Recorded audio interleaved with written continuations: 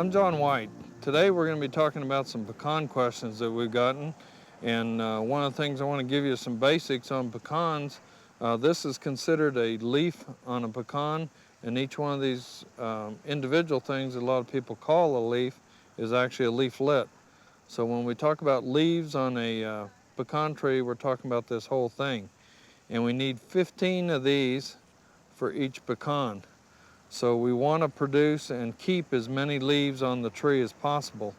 So it's very, very important for a pecan to produce as many leaves as you can. So you do not want to stress the tree in any way. So again, 15 of these for one nut. So we need to have a lot of leaves on the tree to have a good crop of pecans. So this is the bare basics. Now some of the insect problems that we're starting to see this time of year is we have a yellow pecan aphid, or what we call a black margin aphid, and it's a little tiny aphid that's on the underside of the leaf. I don't know if you can see this one very well. There's a little kind of yellow speck right near the midrib on this leaf, and that is a aphid. Um, it's sucking the juice out of the leaf. As it sucks the juice out, it excretes the juice out, so you start to see a sticky honeydew. And this time of year, with it starting to cool off, the aphids are back on the trees, and we're getting a lot of drip from the honeydew. If you have a car underneath the pecan tree, you'll see the drip all over the leaves of all over the windshield of the car.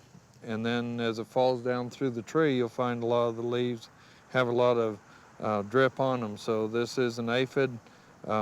With this being September and going into the fall of the year, we can probably withstand some aphid damage on the tree, but if it's a heavy amount where the leaves are real sticky, we may want to look at using an insecticide in order to help keep the quality on the crop.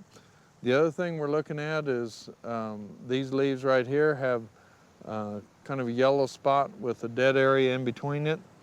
That's called black pecan aphid. And on this particular leaf, you can see a little spot right here, little black spot, little black dot, and that is the black pecan aphid on there. When it feeds, it puts a toxin into the leaf that causes a dead spot in the leaf. If you have enough black pecan aphids on the leaf and enough spots created, the leaf will fall prematurely, so you may have leaves falling on the ground before actual cold weathers come in. So that will reduce the leaves that help to tend that crop on the tree, so we don't want that to happen. So we want to be sure and get that under control. So if there's a lot of black pecan aphid damage, you do need to spray. They're fairly easy to kill, so insecticide is easier to find. Now the other thing we're finding on some of our pecans, this is a third generation pecan nut case bearer that is hit.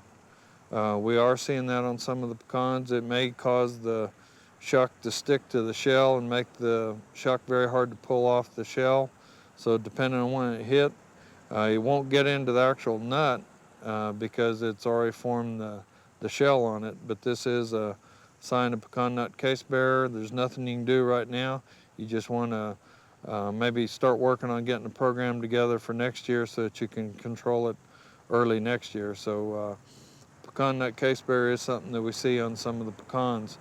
And the other thing we've seen is just a lot of pecans beginning to fall off the tree. Some of these can be pecans that maybe didn't get pollinated well, or possibly the tree has a heavy load. This is an on year in the pecan industry, and you do lose a lot of pecans off of a heavy crop just due to the load of pecans that are on the tree. So maybe a little bit short on water. There might have been some other kind of stress problem on it. So this is a problem that we see, but again, about 10% drop. So on a heavy year, it's going to be a very noticeable drop. So again, this is something we expect.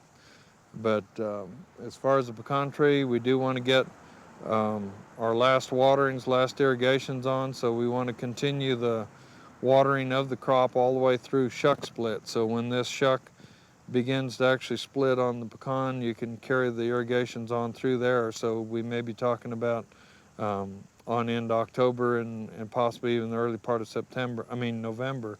So we want to keep that in mind. So hold off on the fertilization, but do continue with watering, and then be sure and identify your insect pests, and you'll have a much healthier crop of pecans.